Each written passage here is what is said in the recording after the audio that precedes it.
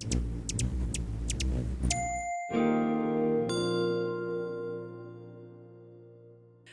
to CharityVillage Connects. I'm Mary Barrell. The election of Donald Trump has brought many dramatic changes in societies south of the border, with anti-immigrant policies leading to ICE raids and deportations, the DOGE cuts to U.S. aid and other institutions, his so-called anti-woke policies against DEI, with many major corporations and educational institutions in the United States rolling back their DEI policies and programs for fear of retribution from the Trump administration.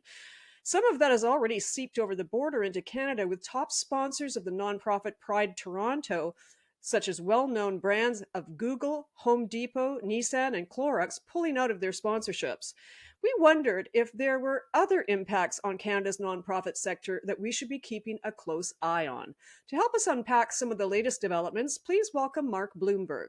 Mark is a partner at the law firm Blumbergs Professional Corporation in Toronto and works almost exclusively advising nonprofits and registered charities on their work in Canada and abroad. Welcome, Mark, and thank you for joining us. Very nice to be with you, Mary. Can you tell us some of the impacts that you're seeing in Canada stemming from U.S. President Donald Trump's administration? Sure. Well, there are many impacts, obviously. A lot of it is uncertainty. Almost every day, it's other stories and things happening. So the impacts are going to be varied depending on the organization or the group. But even if visiting the U.S. right now for some is problematic, then the issue of attending conferences or work meetings could be a problem.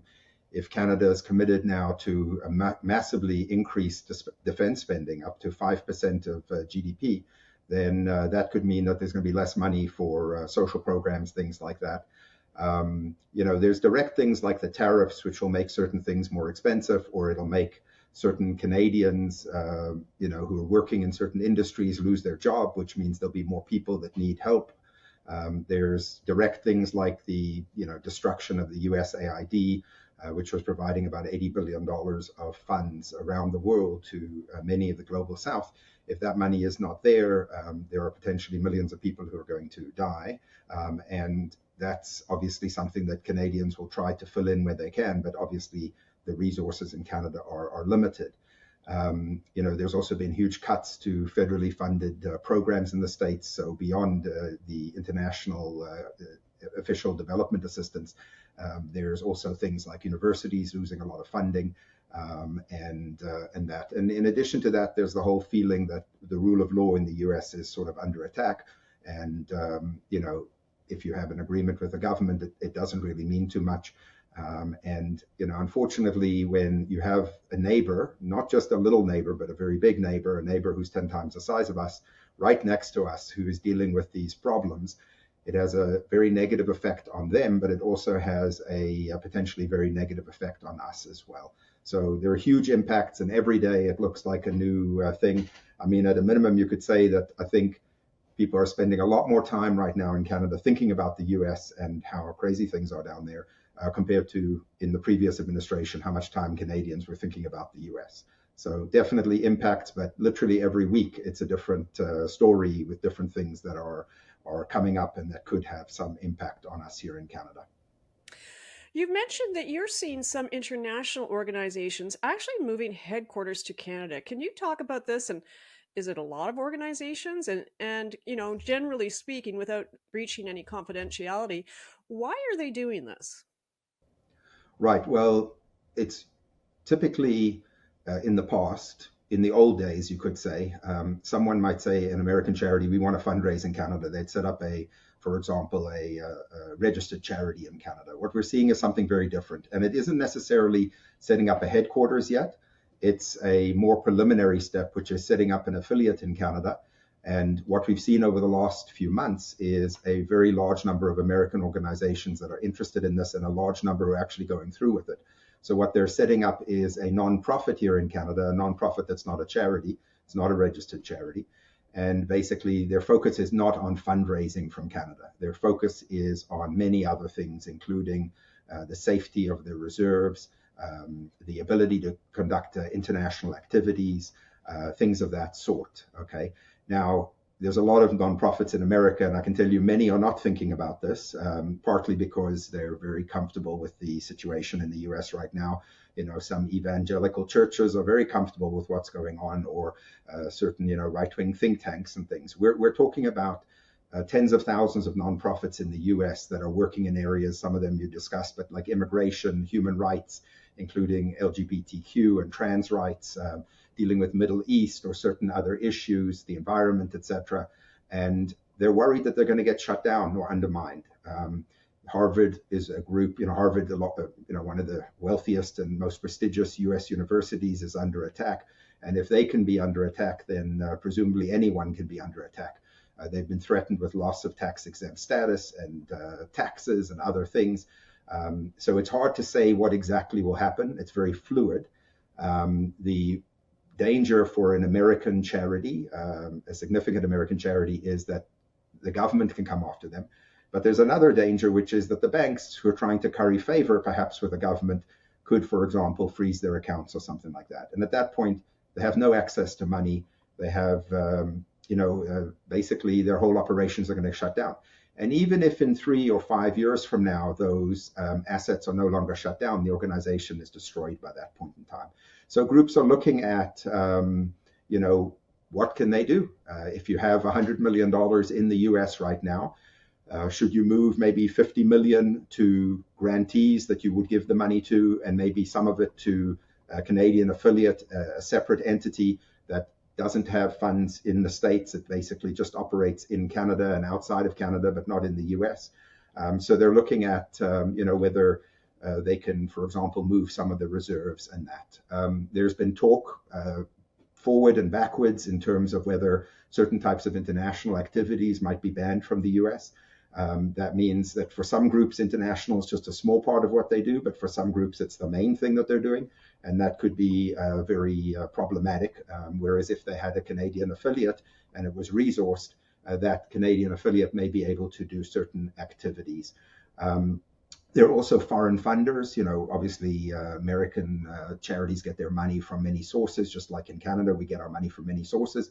But some groups receive money from groups outside the US, and those groups may not be comfortable sending things to the US in the future, worried that there will be a shutdown. So having an entity outside of the US, like in Canada, could be helpful there. Some of these US groups have employees around the world. Will they be able to, deal with payroll and other things like that? Okay. And so basically the idea is to potentially have an affiliate in Canada, an entity that can take in some funds, do certain activities that may be either impossible or difficult to do, depending on where the situation goes in the US.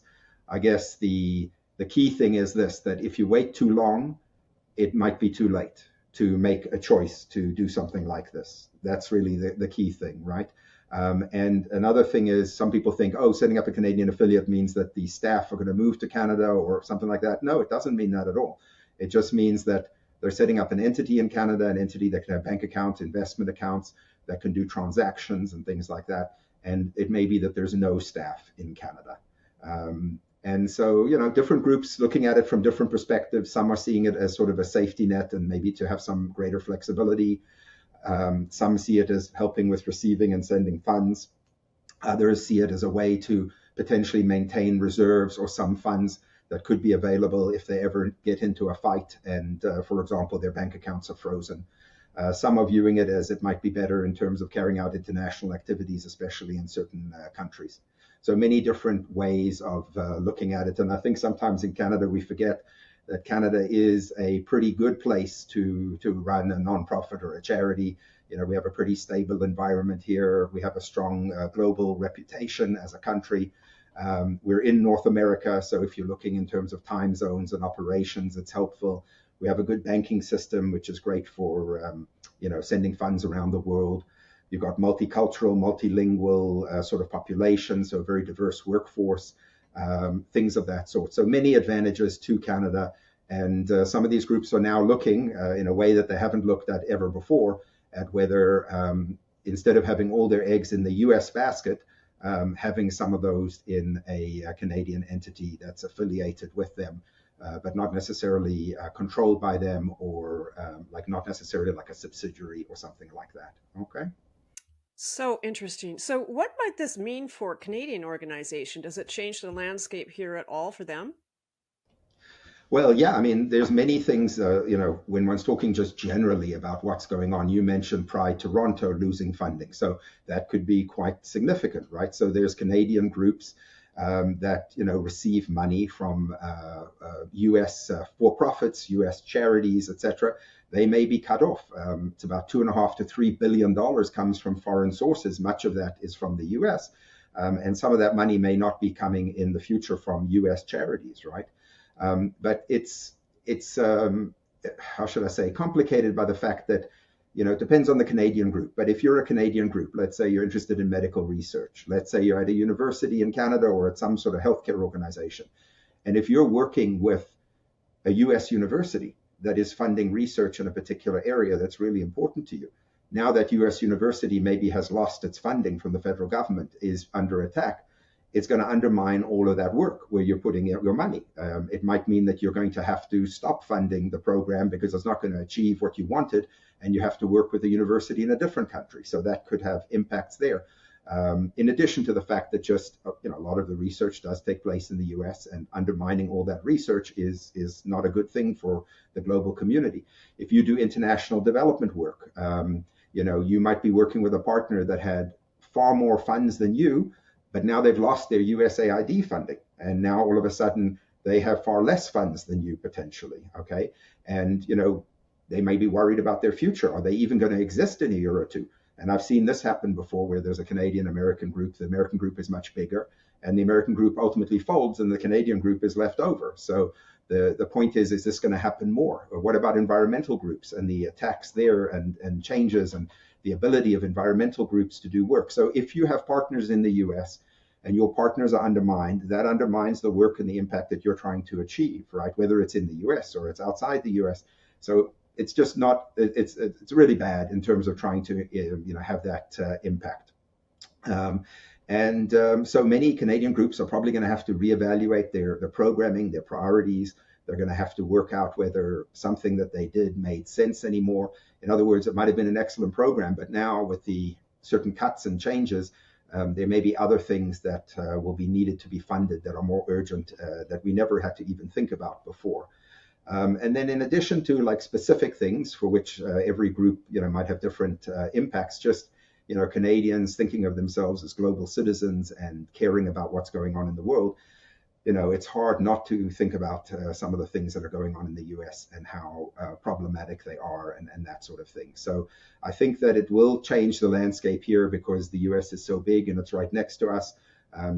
Difficult to say exactly how much, but it'll be interesting to see. Also, if we're going to spend more on defense as a result of some of these changes, it might mean that Canada is going to have less money for healthcare and universities and social programs and other things. These are possibilities. We don't yet know exactly how it's all going to play out, but these are some of the things that I would be thinking about. I'm curious whether there are other ways that you've seen that the US DEI rollbacks are impacting your clients. Have you anything directly related to the anti-woke sort of DEI rollbacks that might be coming over the border? Yeah, I mean, it's interesting to see. I mean, I'm just looking at like law firms, even. Some of them have basically unwound their DEI programs, others have not. So it's interesting to see that. But if you're working with US entities, whether they be for profits or funders, whether they be charities, etc., you really have to carefully consider how what you say and what you do with them could impact them as well as yourself, right? So I have seen groups that are more careful in their discussions around DEI. And also, some are avoiding the term DEI, but they're doing similar types of things that they would have done, that they would have called DEI. So some it's more of a terminological type of thing. But for others, they're going to have to look at, and especially if your funder is a US entity, you're going to have to be much more mindful of these sort of things. I think that you can still do, even if one doesn't use the term DEI, you can still do a lot of good in terms of dealing with historical iniquities, there. But it's going to make groups have to rethink how they're talking about it, how they're doing it, etc. And so I have seen that groups are starting to think about these issues. It's pretty inevitable, especially if you've got close relationships with American groups or you're funded by American organizations. So we've heard about how cuts to U.S. aid have impacted charities and communities around the globe. Do you think Canadian charities working abroad will be impacted? You've mentioned that you anticipate they will be, but what are you hearing? Can you give us some examples without breaching confidentiality? You mean in terms of Canadian organizations and how, when they're working internationally, they're affected by the changes? Yes, like how these cuts, just for the listener who may not be familiar with it, but um, the role of U.S. aid was huge, apparently, globally, and often on projects and in programs that Canadian charities, also working abroad, were contributing to. So, how do you think Canadian charities working abroad will be impacted by this? And I'm curious whether, you have your ear to the ground. What are you hearing? How do you think the Canadian charities doing this kind of work could be impacted? Right. Well, there's multiple impacts. I mean, one, a neighbor of mine just lost her job working at an international development organization. She'd been there for many years, but they get a lot of their funds from their US affiliate, and the US affiliate was going to be getting a lot less money, and therefore it came through here. Some of the largest organizations that we have in Canada, the funds didn't originate, or much of their funds doesn't originate in Canada. Some of them, started in the US. So I think there will be impacts in terms of the actual financials of the groups that do international work. Some may not see a decrease in their financials, but what they may see is a decrease in the impact that the group is having, the group being many, many different countries coming together, because the amounts of money that are available might be much less. And by the way, it's not just the US cutting back. Because of this, a number of other, Western democracies have also cut back on funding. And so I've heard that as well. So some groups are being burned on both ends, unfortunately. So yeah, it's having an impact. Some groups won't see it as much, but they'll see that potentially their impact is less. If you're working on something in a foreign country like education or something, and you're doing part of it and the other part isn't getting done, you might have to jump in and deal with that as well, because you may have no choice, or your part won't happen, right? So the other thing is that many Canadian charities, their way of operating internationally is they hire, they give grants to, or they use direction and control intermediary arrangements with American organizations. Those types of groups that are closely aligned with US groups are going to have to do some real thinking. And it's not a situation of trying to punish the US groups or anything. It's just that even the US groups may be saying, it might be better that the money not come to us, that it might go directly into the field and not come to the US at all. So those are some discussions that I know some groups are having about what's going to happen. And I don't think many people think it's like, oh, he was having a bad time, Trump, and now it's going to be fine. It's just probably going to get worse and worse is the fear, right?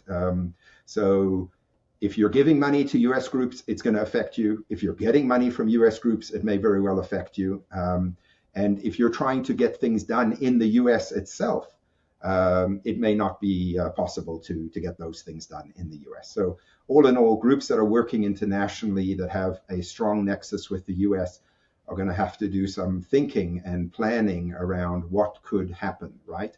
The thing is this, that to take a few steps and do things now and find out, oh, you know what, we didn't really need to do that. So you lose a little bit of money or a little bit of time. But the alternative is you don't take the steps, and then you realize in 6 months you should have taken the steps, and it's a problem. And I think some groups think, oh, I'll just set up a Canadian entity and we can do it real quick and all this, and they don't realize that it doesn't help to have a Canadian entity. You have to have a Canadian entity that has a bank account that can actually receive money, and the banks can take a month or two sometimes to set up a bank account. So there's a whole bunch of things, and many of these larger US groups that we work with, they have internal systems that require months of work in order to make decisions and make things happen.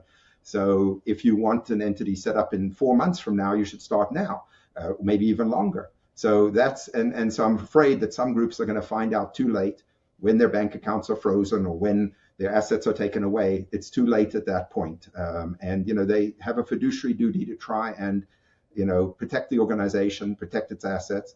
And so hopefully some of the groups that are most in the line of fire will be seriously considering that and looking at what changes can take place. And Canadian groups can help. I mean, it is possible also in some cases that a group will give away more money because they want to get it out of the US, and they'll give it to a Canadian charity. And that could be beneficial to the Canadian charity. That's a potential positive thing that could happen. But in many cases where groups are trying to maintain their reserves and assets, they need to think in terms of, if you have all your eggs in one basket in a US bank account or US investments in the US investment accounts, you could be shut down very quickly and lose access to those resources, unfortunately. And I guess, for example, when we look at the impact of shutting down US aid, the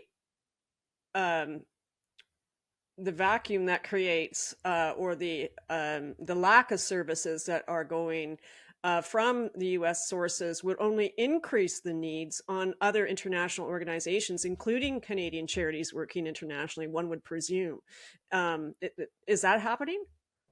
Oh, yeah, absolutely. I was just down in Guatemala, and when I was going through customs, I noticed it on the computer. It had a sticker saying, that it's basically part of a USAID thing. So maintaining controls as to who leaves and comes into the country, and maintaining controls over your borders and stuff was something that was paid for by the USAID. USAID is not only helping people who are poor and that sort of thing, it's also helping governments run proper systems and things like that. So there's no question that's going to have a huge impact, that groups, governments, and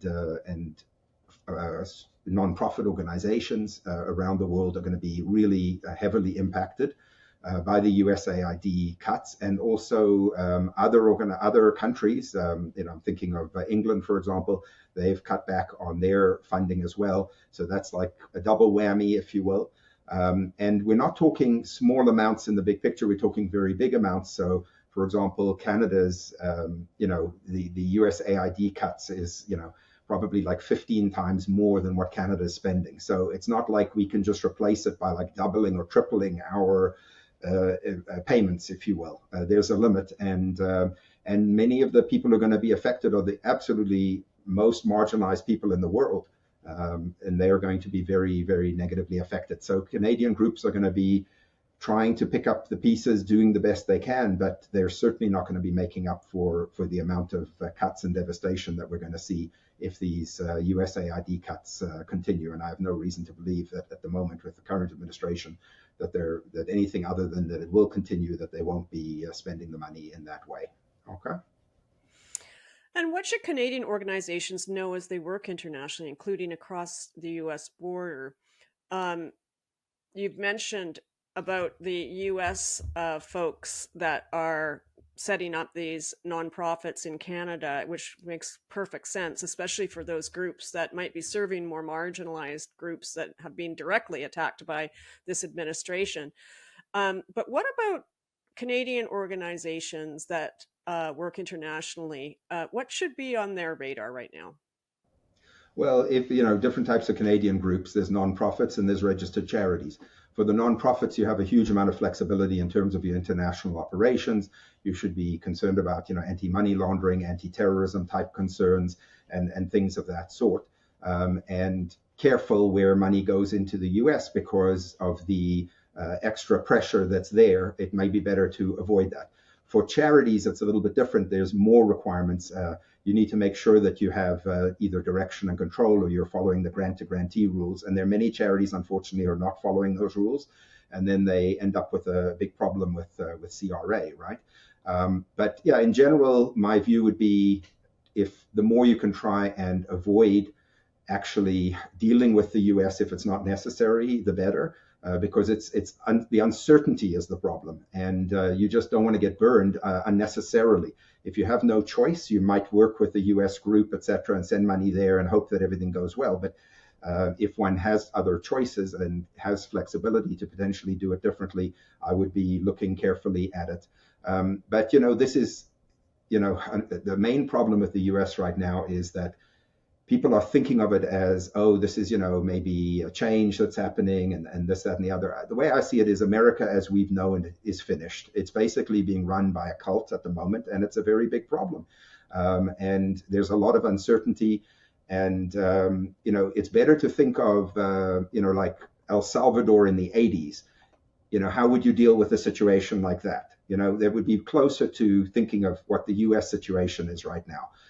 Rule of law is being undermined on a daily basis in the US. It's just not a good situation, and groups need to be careful. If you're buying stuff from the US, you might be hit with tariffs that could increase tremendously the cost of those things, right? Or, so if you're buying hospital equipment or something, you might need to look around and see, are there other suppliers, maybe from the European Union or from Asia, that you could use? So there's just so many impacts this is going to have on groups, unfortunately, Mary. It's not a good thing, and there's very few silver linings one can find, unfortunately, when one's thinking about the changes that have happened in the last few months.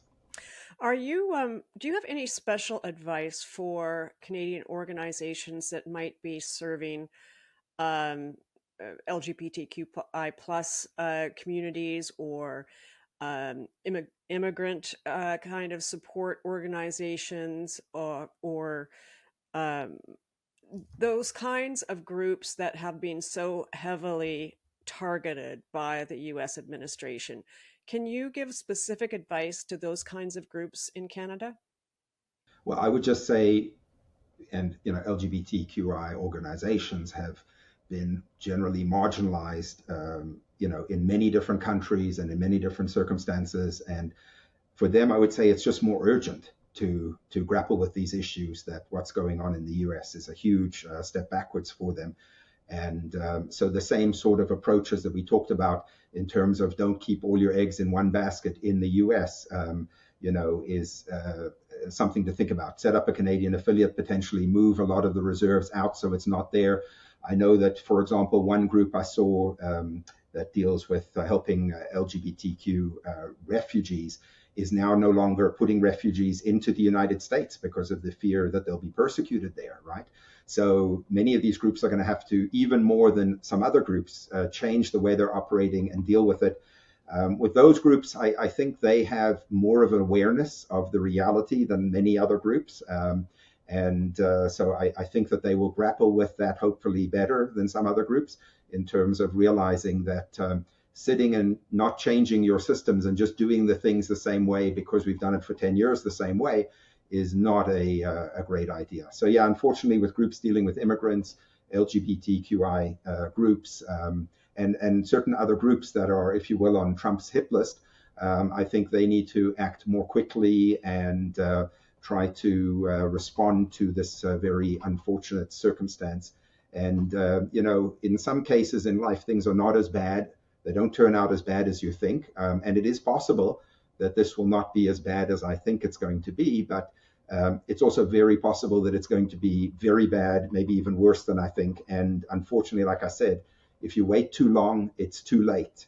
So small steps that cost very little and that can be done quite easily 6 months before can be the difference between saving sometimes tens of millions of dollars or not. And there's very little that can be done later, or at least that I could help with, if your funds are frozen in some bank account because some overeager bank thinks that what you're doing is problematic and they basically freeze your accounts. Then you might really regret leaving money in the States. And I think this is also for big US foundations. It's not just for little organizations. If you want all your eggs in the US basket, then you get all your eggs in the US basket with all the implications of that. And, if you've given a lot of money, for your private foundation or whatever in the US, you end up, you might end up losing it. And, I'm not, I am worried that, and I have seen some situations with dictatorships where they basically just seize the assets of foundations. And I think this absolutely could happen because the rate at which Trump is going and the rate that some people are following him with whatever crazy things he's doing, I could see a situation in the US in the next few years where the assets of foundations are basically just expropriated.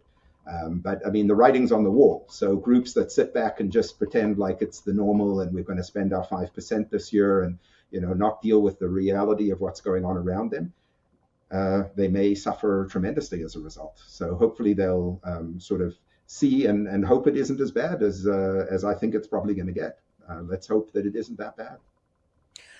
Have we ever seen or experienced anything as, is there a precedent for this anywhere, or in particular in Canada, as it relates to not just the impact on our economy and our people and our sovereignty, but also on the nonprofit sector, the charitable sector, that is as big as what's happening now? I don't think in Canada I can think of anything like this. But in terms of the U.S., you have to look at other countries. I gave the example of El Salvador. There's a lot of countries you look at historically that I think are very good analogies to what unfortunately is going on in the United States at the moment. I look at a country like Argentina, okay, around 1910 or whatever, it was probably one of the wealthiest countries in the world. And now 50% of people are in poverty and just huge problems and getting funding. It's really bad situation over there. You make a few bad decisions over time. In other words, if you're number one, doesn't mean you're number one forever. The Americans are just making so many bad decisions. They're managing to turn almost the whole world against them, and this means that if you're selling stuff, if you're an American company, you're losing out. Trump made a little statement about how he has kill switches in all the fancy equipment the Americans are spending. That's a great excuse for every group that's been buying. And Canada was going to pay $80 billion over a long period of time for purchasing fighter jets and also for maintaining them and all this other stuff, right? And now, does that make sense? Give the Americans if they have their kill switches and everything, right? So, but what was the benefit of him saying that? There's no benefit. It was just one of the stupid things that he says. And he said a lot of stupid things over time, or he says a lot of things that are not accurate. So I have a feeling that America is doing a lot of damage. Now, it's possible if something changes that it won't be as bad, but it seems to be continuing and continuing and continuing. And a lot of people, unfortunately, a lot of the people, even who voted for Trump, are going to be big losers in the big picture, right? There's a lot of American farmers who maybe didn't put two and two together. But if you don't have the workers who are doing the work, and you also don't have the markets to sell your goods to, your business, your farm, it doesn't matter if it's 200 years in the family, is gone. And unfortunately, we're going to see a lot of this. Now, if you're one of these conspiratorial people, you'll just say, well, this is a great opportunity for land speculators, a few big companies to buy up land for the cheap, right? I don't go that far, but I'm just saying, there's a lot of people I think who are starting to wake up. But will it matter? You look at these, they just passed this big bill. Now they have to reconcile it, and we'll see what happens with it. But it's a multi-trillion-dollar tax cut for the wealthiest. It's going to mean a lot of people are going to lose healthcare. It's going to mean just a lot of things. Also in Canada, when all these people are worried about living in the US, are we going to end up with more refugees coming to Canada directly? And what impact is that going to have? And we're going to have to cover some of the costs of that, right? So on the other hand, it's resulting in a lot of really smart Americans saying, I don't want to live in this country anymore, and they're coming to Canada. Universities have picked up, as someone said to me, the great opportunity right now, if you want to pick up some of the best, scientists, researchers, and others, just promise them that you'll be taking care of their funding for the next 5 years, and they'll be gone from the US very quickly, right?